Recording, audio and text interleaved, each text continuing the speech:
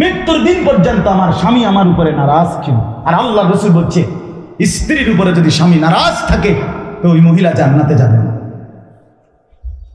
ওই মহিলা কই যাবে না? জান্নাতে যাবে না। সেই নারাজি শুধু ভাতের ডেক আর তরকারির ডেক। তো আপনি সিদ্ধান্ত নেন, আমি তোমার সাথে কোনোদিন আর হাসবো না বাপ।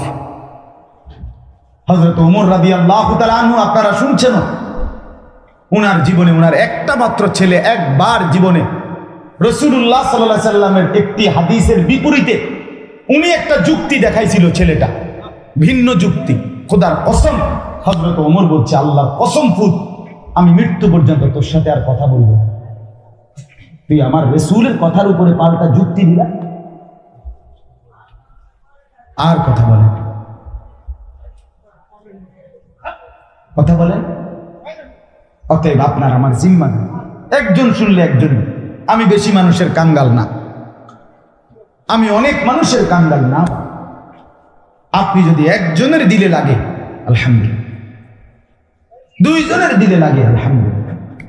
এই জন্য দয়া করে আজকে মূল কথা এটাই, হাসরের ময়দানে যেতে হবে বাপ, কোনো সন্দেহ, কোনো সন্দেহ। এই দুনিয়া যিনি চালাচ্ছেন, আখিরাত তিনি কায়েম করবেন। অতএব এটা যেহেতু হচ্ছে ঠিক মতো, ওইটাও হবে ঠিক মতো, ঠিক কিনা বলেন?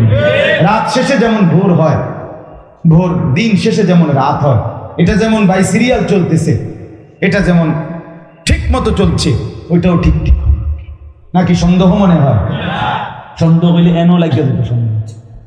দুনিয়ার বিষয়েও ফেসফুস লাগিয়ে যেত, কিন্তু দুনিয়ার কোনো বিষয় আল্লাহর নিজামে কোনো বিশৃঙ্খলা নেই। আপনারা একজন মুরব্বী, চাচা তো অনেক মুরব্বী মনে হয়, আপনার আমলে জীবনে এমন হয়েছে যে একটানা 72 ঘন্টা রায়তা ছিল? আপনি শুনছেন, আপনি দাদার আমলের কাহিনী কারো 14 গোষ্ঠী জীবনে শুনে নাই। কোন রূপকথার গল্পের মধ্যে এই কথা নাই। আরে কথা বলেন না কেন? এক দেশে এক রাজা ছিল, সেই রাজার আমলে একবার 3 দিন শুধু দিন আর রায়তা ইয়ে না, এমন ঘটনা শুনছি, এমন বানাই না, কিচ্ছু না, এমন ঘটনা বানাইয়া কইছে এরমও নাই।